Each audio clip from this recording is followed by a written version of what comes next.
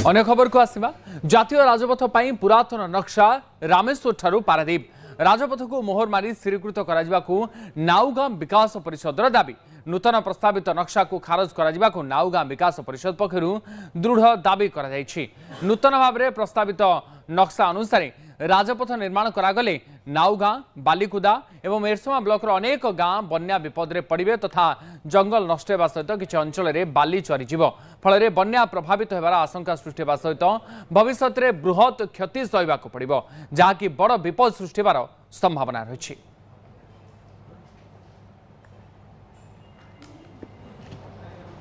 जिलार स्वार्थ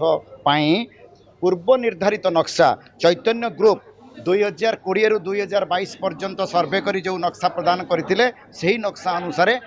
उपकूल राजपथ निर्माण करा जाऊ। उपकूल जातीय राजपथ पूर्व जो नक्शा होता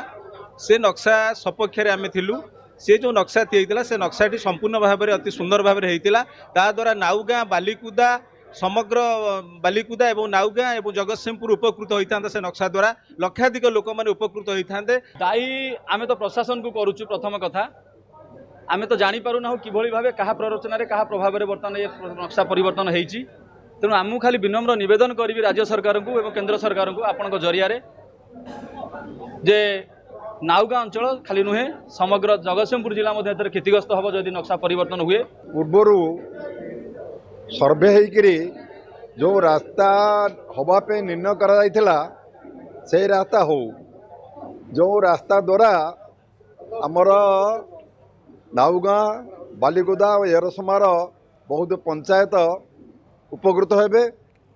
78